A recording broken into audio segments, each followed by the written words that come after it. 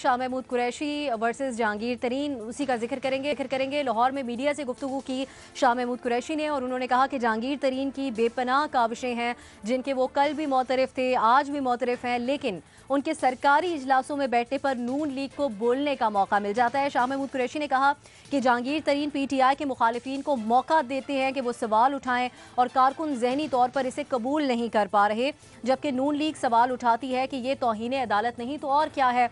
वजीर खारजा ने मजीद कहा कि 62(1)F अगर नवाज शरीफ पर लग जाए तो वो ना पार्टी और ना सरकारी ओहदे के अहल रहते हैं, जबकि 62(1)F हम पर लागू हो जाए तो उसका मयार कुछ और ही हो जाता है। जहांगीर तरीन सोचें, जब वो सरकारी इजलासों में बैठते हैं तो मरियम औरंगजेब को बोलने का मौका मिलता है।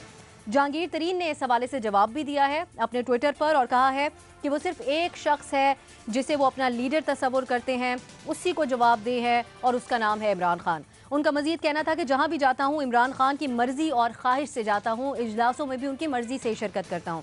इसी पर हम गुफ्तगू करेंगे कि दो तहरीक इंसाफ के सीनियर रहनुमा आमने सामने आ गए हैं। सवाल हम अपने पैनल से इस तरह से करेंगे, 62(1)F का नवाज शरीफ पर अगर ये लगे तो मयार कुछ और है, हम पर लगे तो और। शाह महमूद कुरैशी जवाबन जहांगीर तरीन कहते हैं कि जहां भी जाता हूं इमरान खान की मर्जी और ख्वाहिश के मुताबिक जाता हूं। आपसे ये जानना चाहेंगे कि क्या शाह महमूद कुरैशी का एतराज़ दुरुस्त है।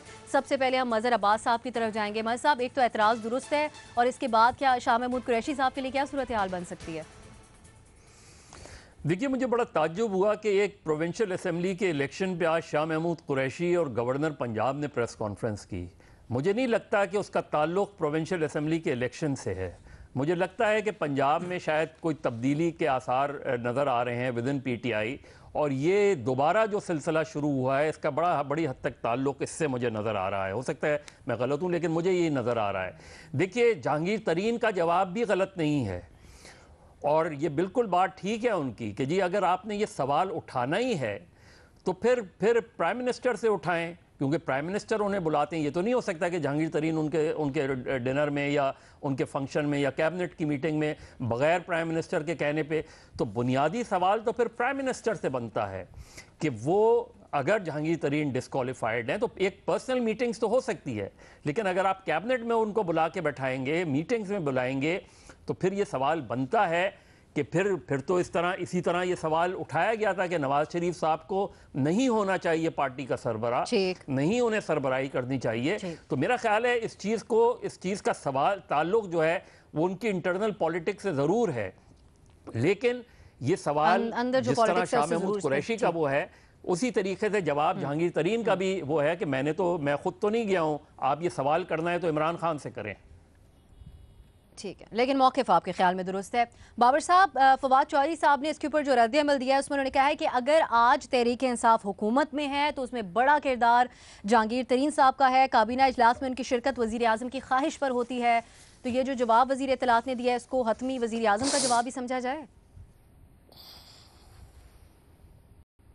ये तो फवाद चौधरी साहब भी बता सकेंगे, लेकिन इसमें तो कोई दो राय नहीं हो सकती कि अगर वो बैठते हैं तो इमरान खान की मर्जी से और उनकी इनविटेशन के ऊपर ही बैठते हैं। देखिए, हम पहले भी बात कर चुके हैं। पहली बात तो ये है कि अगर एक लीगल डिस्क्वालिफिकेशन है, इसका ये मतलब नहीं है कि आपका तमाम रोल, पॉलिटिकल रोल या एडवाइजरी रोल ख़त्म हो जाता है। उनसे मशवरा करने के ऊपर कोई कानूनी बंदिश नहीं है। उनकी कैबिनेट में मीटिंग में इन्वाइट होने में और अपनी वहाँ पे जो भी राय देते हैं वो अगर शेयर करते हैं, कैबिनेट में का मेंबर नहीं हो सकते, नेशनल असेंबली के मेंबर नहीं हो सकते, प्रोविंशियल असेंबली के मेंबर नहीं हो सकते, क्योंकि कानून आइन में बंदिश है 62-63 की। लेकिन जो बंदा डिस्क्वालीफाइड है उससे आप क्या मशवरा नहीं कर सकते? ऐसी कानून में कोई बंदिश नहीं ना हो सकती है। दूसरी बात यह कि अभी कैबिनेट कमिटीज़ में या मीटिंग्स में जाने के ऊपर भी कोई कानूनी बंदिश नहीं है। तीसरी बात यह कि इसमें भी कोई शक नहीं है कि PTI जहां भी आज पहुंची उसमें एक बहुत कलीदी किरदार इन्होंने प्ले किया जहांगीर तरीन ने। और अगर प्राइम मिनिस्टर का आज और जो पार्टी हेड है उसका आज भी ये ख्याल है कि उसका कोई रोल है और वो कंट्रीब्यूट कर सकता है, तो इसमें क्या प्रॉब्लम है?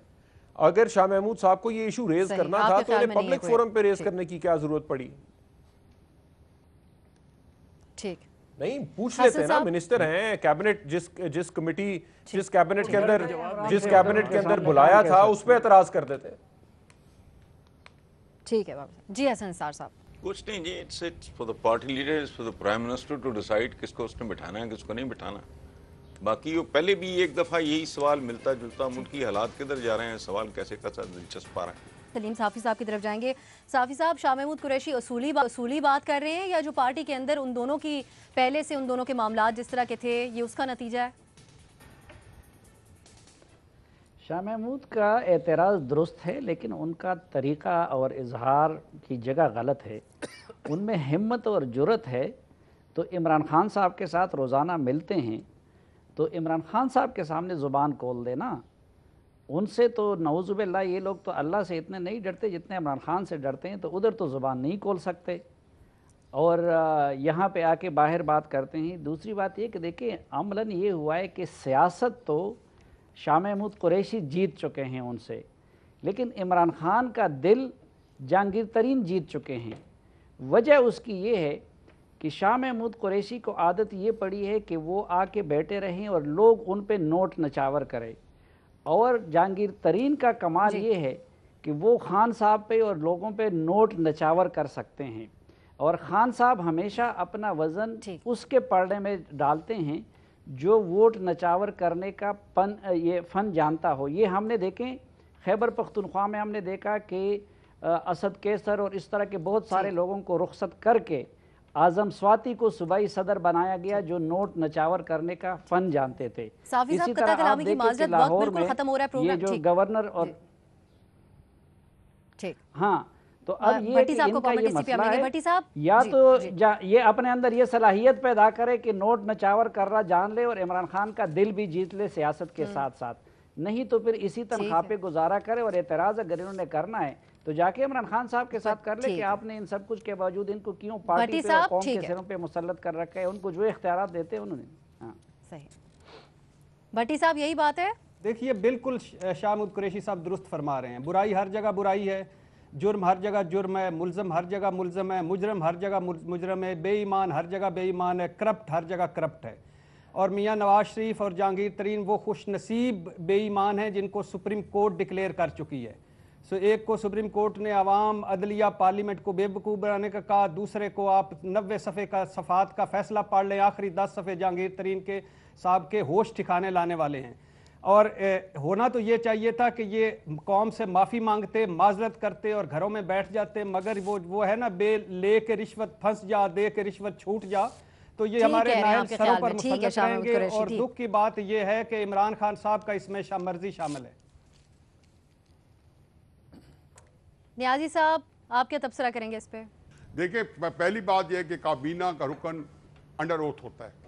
कोई बंदा नहीं बैठ सकता काबीना में जिसने ओथ ना लिया हो, क्योंकि वहाँ पे अंडर ओथ है। तो वो किस तरह, जो मैं ये बाबर स्टार साहब ने चूंकि उठाया, बाबर साहब जो कानूनी आदमी है तो किस तरह वो बैठा है।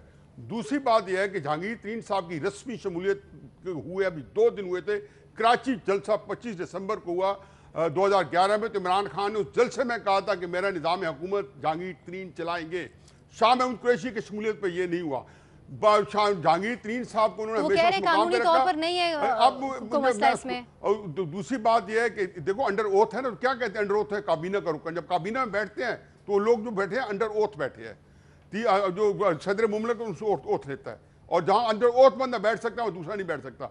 तो और उसके बाद यह है कि दूसरी जो सबसे जो अहम बात है वो ये है कि जहांगीर तरीन साहब जो है जब भी होगा हावी होंगे, क्योंकि इमरान खान साहब की आंख का तारा है। मत भूलें कि जहांगीर तरीन साहब पे, अलीम खान पे, जुल्फी बुखारी पे जैसे इल्ज़ाम लगे, इमरान खान सीना सपर हो गए। उन्होंने जमायमा खान, जुल्फी बुखारी, अलीम खान और जहांगीर तरीन के पब्लिक में जवाब दिए। उनके वालिद साहब जिनके ऊपर ज्यादती हुई, बिल्कुल बकवास किस्म के नाजायज इल्ज़ाम लगे। ठीक है, बिल्कुल सही न्याय साहब।